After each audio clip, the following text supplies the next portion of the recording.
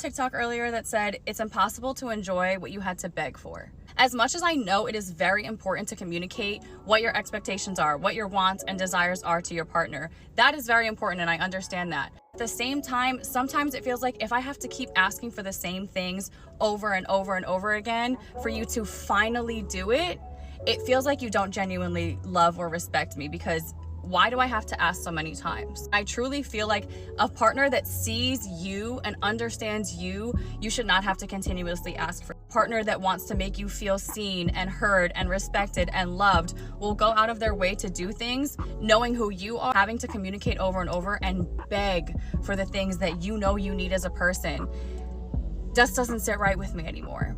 At the end of the day, somebody should want to do those things for you. They should want to bring that comfort and peace and happiness to your life without you having to beg for it. They finally do it. They are looking for some kind of appreciation or validation that, oh, look, I did it. I finally did what you asked. And it's like, okay, but now I don't really appreciate it anymore because I had to ask so many times, and it doesn't feel like it's coming from a genuine place. It feels like you're just doing it to get me to shut the fuck up. Women think the relationship is all about them. They do. Everything is centered around what she wants. And if that's fine, in her mind, everything is cool. And she does not care what the man is going through. She don't care what his challenges are or any of those things. So what ends up happening, the male believes that he keeps the marriage together because if he goes to cheat or whatever, like those 41 shades, for different reasons, they left you with the marriage because the marriage was all you wanted. You didn't actually want the man.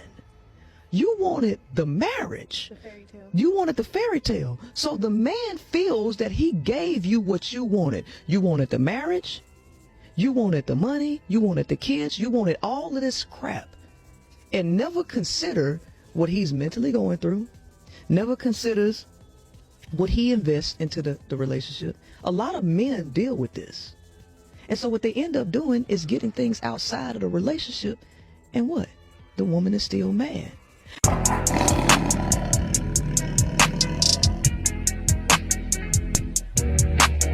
What's good? Welcome back to the Renaissance Man's Templar, a place for you to come in from the battlefield of life to create, reflect, refocus, and remember, the war is yours, so let's conquer it.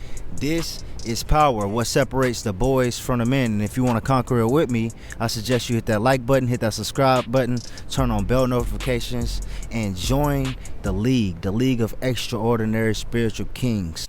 3 ways women drive men to be broke. Now, have you ever noticed that men save more money when single and women save more money in a relationship? Well, this is no coincidence. See, when in a relationship, women often get that financial help from their man, but the man is not expecting to get financial help from that woman, although there are outliers. So today we will discuss why and how women drive men to be broke if we aren't careful. Let's look at number 1 reason. Comfort is a drug. You give a man regular sex, good food, and cheap entertainment, and he'll throw all his ambitions out the window. Why is that? Because women have the ability to make a man feel so comfortable. You know, it can feel like when you're with your lady, you're complete. You know, this is just one of the many ways women drive a man to be broke. Now imagine working towards a goal and having someone by your side working in a completely opposite direction. You're on her team, fighting, striving, but she's not really contributing to your goals. It's a recipe for failure. So it's important that when you get with a woman, to mold her and to teach her the program, you know, to get her on the same path and on the same track and get her to understand what you're trying to create and establish. You know, you can't be a man on his purpose, working towards a goal just to have someone on your side working contrary to that goal. You know, you want to save money, so you aren't going out. You know, you aren't eating out. You aren't spending unnecessary money on fast food because you know that if you just go to the grocery store, that money that you pay for that food will go a lot further. But contrary, you have a woman on your side that doesn't cook and is always wanting to eat out, always wanting to get out the house just because she's bored, instead of having a woman that's willing to sacrifice the now for the future. Or she always wants to go shopping. She always wants a bigger bag, or is living beyond her means and is used to that. And you feel ashamed that if you don't give her what she wants, then she'll leave you. you feel like if you tell her no, it's going to be another argument. Men have to learn how to say no. I have a budget and here's the budget.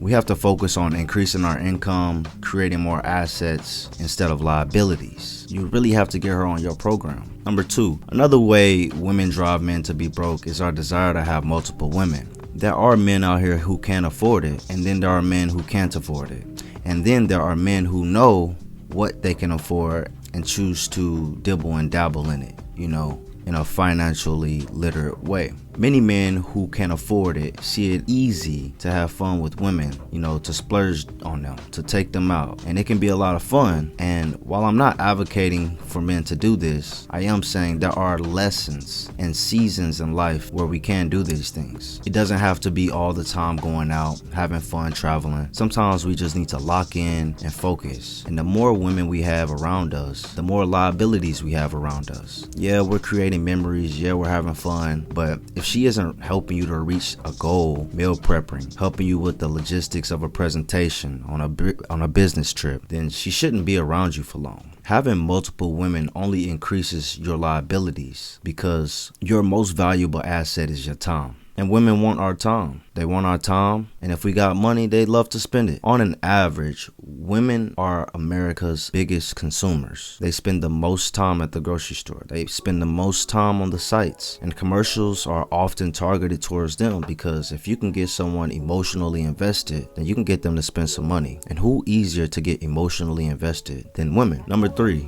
let's take a look at marriage.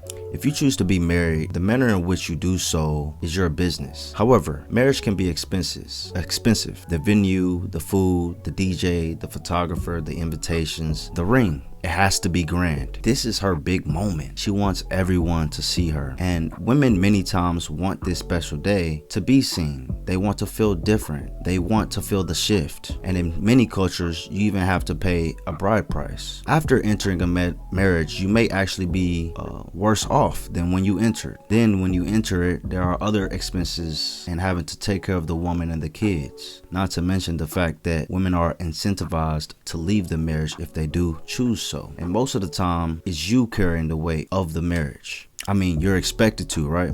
And then she gets to leave you and you still have to carry some of her weight. It doesn't make sense. Men would be divorcing women so fast if it was the other way around. So I'd say don't get married until you're ready for all that. But it doesn't have to be that way. You can shape the way you would like to be married, whether that be legally, contractually, spiritually, privately. But these are things we have to be aware of that can drive us to be broke. We have to think about lifestyle inflation. If one partner expects a standard of living that the other can't afford, i.e. designer clothes, luxury vacations, etc., it can put a financial pressure on the relationship. One-sided financial expectations. When one person expects the other to pay for everything without contributing financially, this imbalance can lead to resentment or financial burnout. Lack of budgeting and communication. Avoiding open discussions about money, expenses, and financial goals can lead to poor planning and overspending. Social comparison pressure. Trying to keep up with friends or social media influencers can push one partner to overspend to meet perceived standards. Debt without transparency. Entering a relationship or marriage with undisclosed debt or reckless spending habits can put a heavy burden on shared finances. By addressing these points,